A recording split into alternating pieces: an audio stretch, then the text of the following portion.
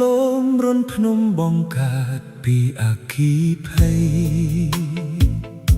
ទឹកជ្រៅស្រស់ប៉ិនដូចភ្នែកអូនពេលញញឹមដើមឈើខ្ពស់ពិតជុំវិញដូចការពារស្នេហ៍យើងពីពិភពក្រៅបងឆ្លមើលទឹកស្លប់ស្ងាត់មិនសូវឃើញអ្នកហែលទឹកឡើយភ្ញៀវមកហើយទៅតែបឹងនៅស្ងៀមដែរ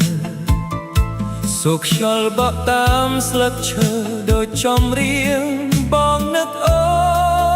ននៅលើផ្លូវជុំវិញបឹងយើងដើរជាមួយស្នេហ៍ស្ងប់ស្ងាត់បងសង្ឃឹមថាស្នេហ៍យើងនឹងនៅជាប់ជានិច្ច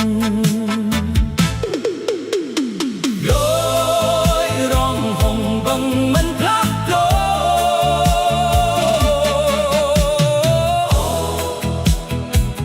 របឹងយ៉ាឡូម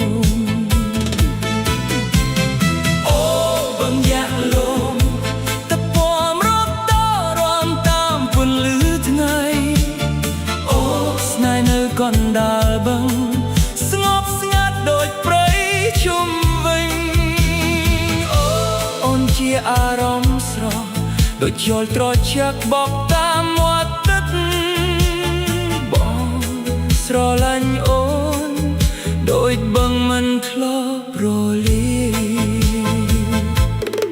ភ្ញៀវជាច្រើនមកថតទៅរូបហើយក៏ទៅវិញតែបឹងនៅតែមើលយើងដោយសាកសីស្នេហ៍